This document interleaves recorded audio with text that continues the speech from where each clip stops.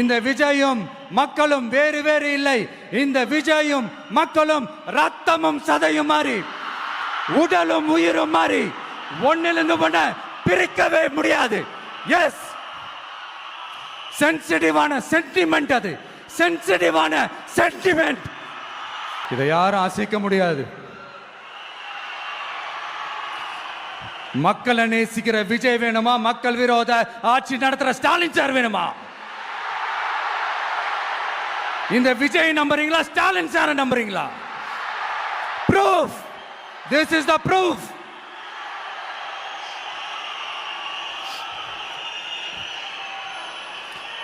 இந்த தீய சக்தி, ஊழல் சக்தி, இதெல்லாம் ஏன் சொல்றோம், எதுக்கு சொல்றோம், யாரை சொல்றோன்றதெல்லாம் மக்களுக்கு தெளிவாக தெரியும். அதே மாதிரி டிவிகேவுக்கு போட்டி டிஎம்கே தான்றதும் மக்களுக்கு தெளிவாக தெரியும். அப்படி இருக்கும்போது நாம் ஏதாவது பேசினா வாண்டடா சில பேர் வந்து வண்டியில் ஏறி உட்காந்துக்கிறாங்க. ஆமாம், வாண்டடா சில பேர் வண்டியில் ஏறி உட்காந்துக்கிட்டு குரல் கொடுக்குறாங்க. சீரியஸாக ஒரு போட்டி நடந்துக்கிட்டு இருக்கும் போது இங்கே காமெடிக்கெல்லாம் இடம் இல்லை பாஸ். இதெல்லாம் மக்களுக்கு தெளிவாக தெரியும். இந்த நேரத்தில் ஒரு சீரியஸ் கேள்வியை இன்னைக்கு இருக்கிற மிகப்பெரிய அரசியல்வாதிங்க கிட்ட கேட்கணும்னு நான் நினைக்கிறேன். நீங்க அரசியலுக்கு வர்றதுக்கு முன்னாடி உங்ககிட்ட இருந்த சொத்து எவ்வளோ? அரசியலுக்கு வந்ததுக்கு அப்புறம் இன்னைக்கு உங்ககிட்ட இருக்கிற சொத்து எவ்வளோ? அதை ஓப்பனா டிக்ளேர் பண்ண முடியுமா? அப்படி வந்த காசெல்லாம் என்னென்ன தொழில் செஞ்சு வந்துச்சு, என்ன வேலை செஞ்சு வந்துச்சு? உண்மையிலே நீங்க உழைச்சி சம்பாதிச்ச காசா, இல்ல ஆட்சி அதிகாரத்துக்கு வந்ததுக்கு அப்புறம் ஆட்டைய போட்ட காசா? இதெல்லாம் ஓப்பனா டிக்ளேர் பண்ண முடியுமா? இதெல்லாம் நம்ம கேட்டா எல்லா ஊழல்வாதிகளும் ஒன்னா சேர்ந்து நம்ம மேல சேத்தவாரி வீசுவாங்க. அதை பத்திலாம் நமக்கு கவலை இல்லை. ஏன்னா நாம யாருன்னு மக்களுக்கு நல்லாவே தெரியும். எனக்கு ஒரு புது ஃப்ரெண்டு, புது நண்பர் ஒருத்தர் கிடைச்சிருக்காரு. யார் தெரியுமா? தெரியாதா? முதல்வர் அவர்கள் தான். இப்போ ஒரு நிருபர் ஒருத்தர் கேட்ட கேள்விக்கு எனக்கு எதிரிகள்லாம் யாரும் இல்லை, அவங்க எல்லாருமே எனக்கு நண்பர்கள் தான் அப்படின்னு சொன்னாங்களே. அப்படி நாங்கெல்லாம் உங்களுக்கு நண்பர்கள்னா அப்புறம் ஏன் சார் கரூர் விஷயத்துல ஏன் மேல பழி தூக்கி போட்டீங்க?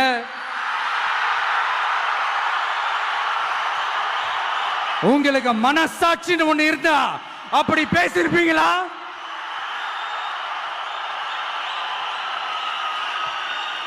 அப்படி நாங்களாம் உங்களுக்கு நண்பர்கள்னா ஒரு ஈவெண்ட், ஒரு ஃபங்க்ஷன் நடத்துறதுக்கு ஒரு இடமோ ஒரு பர்மிஷனோ ஏன் கொடுக்க மாட்டேன்றீங்க? எல்லாத்தையும் நீங்களே பண்ணிட்டு போற போக்கில் அப்படியே பொய்களா அடிச்சு விட்டுக்கிட்டு இருக்கீங்க.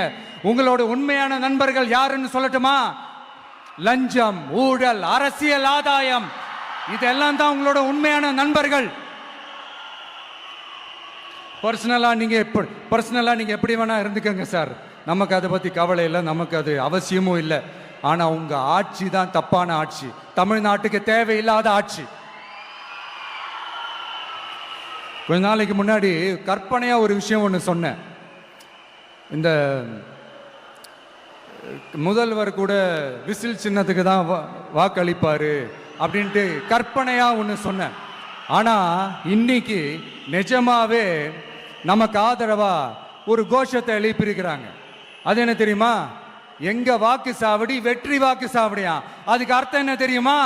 எங்க வாக்கு சாவடி விஜய் வாக்கு சாவடின்னு அர்த்தம்.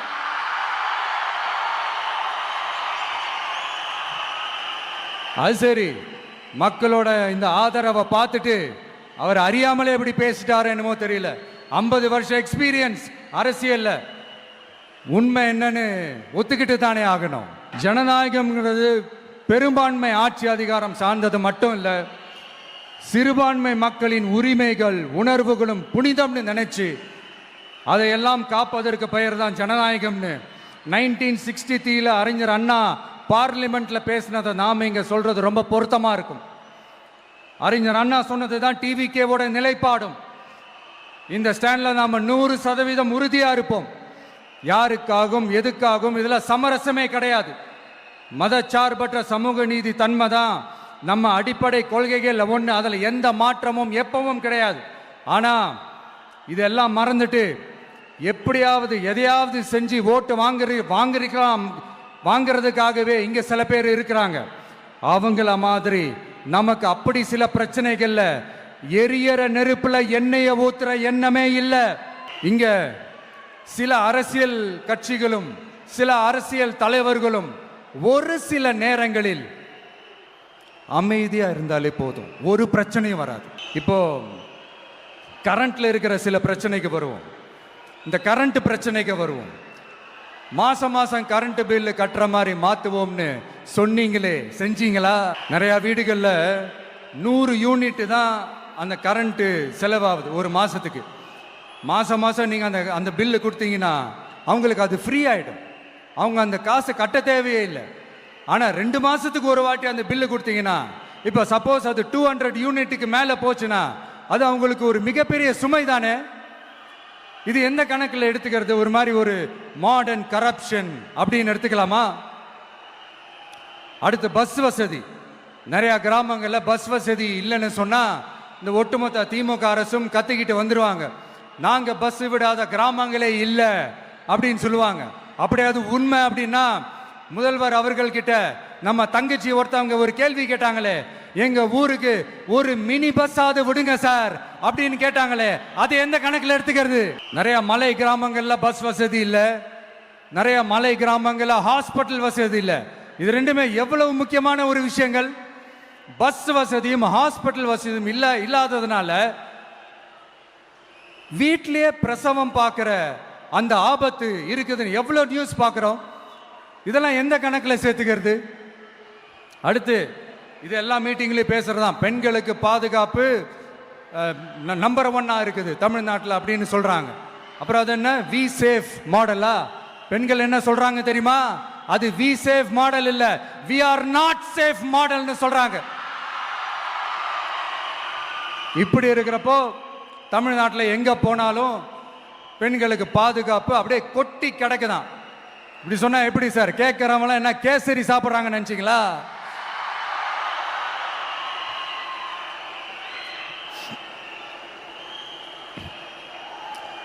அடுத்து இந்த சட்டம் ஒழுங்கு, அது காணாம போய் ரொம்ப நாள் ஆச்சு.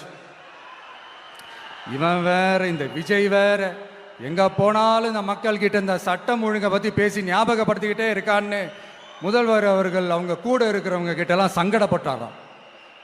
நாம் என்ன பண்றது? நாம தான் தமிழ்நாட்டோட விசில் ப்ளோயர் ஆச்சே. நாம் எப்படி சைலண்டா இருக்க முடியும்? நாமளும் கேள்வியா கேட்கிறோம், ஆனா பதிலெல்லாம் வந்த மாதிரியே தெரியல. இருந்தா தானே வர்றதுக்கு, வச்சுக்கிட்டா வஞ்சனை பண்றாரு. 5 வருஷமா பதிலே சொல்லாம அப்படியே கடந்து வந்துட்டாரு. ஆனா இனிமே அப்பெல்லாம் இருக்க முடியாது, பதில் சொல்லி ஆகணும். மக்களே, இந்த தீய சக்தி, இந்த அட்ராசிட்டிய ஒரு எண்டு கார்டு போடணும் அப்படின்னா அவங்கள சுவிட்ச் ஆஃப் பண்றது தான் ஒரே சொல்யூஷன். அதுக்கான ரிமோட் தான் வரப்போற எலெக்ஷன். அந்த ரிமோட்ல நீங்க அழுத்த வேண்டியது ஒரே ஒரு ஆப்ஷன், அதுதான் நம்ம விசில் சின்னத்தோட பட்டன். இத 4 விஷயத்தை நீங்க செஞ்சாலே போதும். ஒவ்வொரு இவிஎம் மெஷின்லயும் விசில் சின்னத்துக்கு நேரா இருக்கிற அந்த பட்டனை பச்சக்கு பச்சக்கு பச்சக்குன்னு ஒரு அழுத்துங்க. எப்படி? அவ்வளவுதான். நாம காஞ்சிபுரத்தில் பேசும்போது நம்மளுடைய விஷன் என்னன்னு சொன்னோம். இப்போ அதனுடைய கண்டினியூஷனா சில விஷயங்கள் இங்கே நான் சொல்லணும்னு ஆசைப்படுறேன். இப்பவும் சொல்றேன், உறுதியா சொல்றேன், சத்தியமா சொல்றேன். பெண்கள், பெண் குழந்தைகள், ஆண் குழந்தைகள் பாதுகாப்பு நம்ம ஆட்சியில் நம்பர் 1 இருக்கும். சட்டம் ஒழுங்கு ரொம்ப ரொம்ப ஸ்ட்ரிக்டா இருக்கும். அரசு பள்ளிக்கூடங்களும் கல்லூரிகளும் முதல் தரமா இருக்கும். போட்டி தேர்வுகளுக்குன்னு லட்சங்களை கொட்டி தனி கோச்சிங் சென்டர் போய் படிக்க அவசியமே இருக்காது. ஏன்னா கவர்மெண்ட் ஸ்கூல், காலேஜ் சிலபஸே போட்டி தேர்வுகளை ஈஸியா சந்திக்கிற வகையில் அந்த ஸ்டாண்டர்டுக்கு ஏத்த மாதிரி அமைக்கப்படும். உயர்நிலை பள்ளி பாடத்திட்டங்களிலேயே அடிப்படை அரசியல் சாசன சட்டம் சேர்க்கப்படும். மாநில மற்றும் ஒன்றிய அரசு அலுவலகங்கள், வங்கிகளின் செயல்பாடுகள் மற்றும் அவற்றை அணுகும் முறை குறித்து மாணவர்களுக்கு தெளிவான புரிதலை ஏற்படுத்தும் வகையில் தேர்வுகள் அற்ற செயல்முறை பாடமாக கற்பிக்கப்படும். இந்தியா முழுக்க உள்ள ஒன்றிய அரசு சார்ந்த கல்வி நிலையங்கள் மற்றும் அதன் சேர்க்கை அட்மிஷன் குறித்து புரிதலும் தெளிவும் மாணவர்களுக்கு உருவாக்கப்படும்.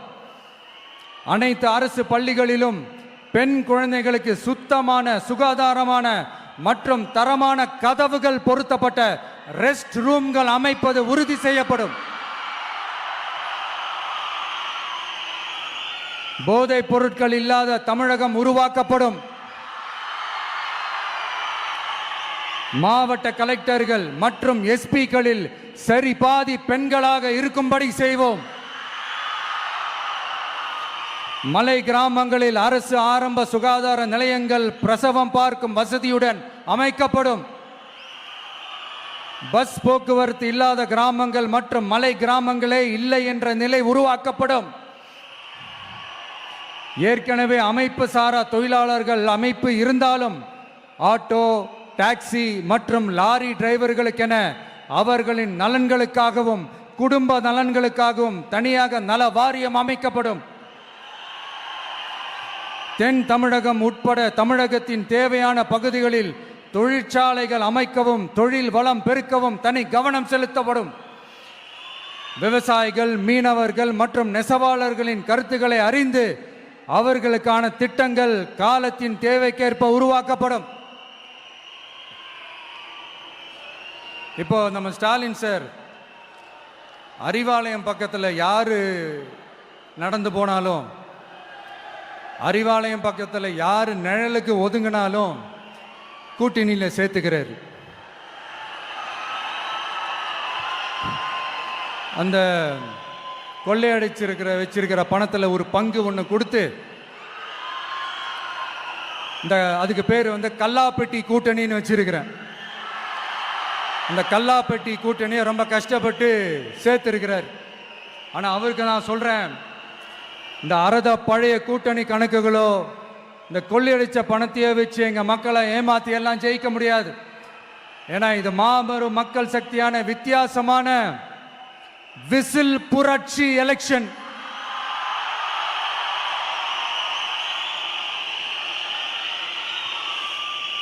உங்களோட நான் இருக்கேன், நம்மளோட நம்ம மக்கள் இருக்கிறாங்க. இதுக்கு மேல என்ன வேணும்? கான்பிடென்டா இருங்க, நல்லதே நடக்கும், வெற்றி நிச்சயம். மீண்டும் சந்திக்கும் வரை நன்றி, வணக்கம். ஒரு சின்ன ரிக்வெஸ்ட், நான் திருப்பி இங்கிருந்து 4 hours சென்னைக்கு போகணும். தயவு செஞ்சு யாரும் என் வண்டிக்கு பின்னாடியோ என் வண்டி சைட்லேயோ பைக்கில் வராதிங்க. உங்களை நான் கெஞ்சி கேட்டுக்கிறேன்.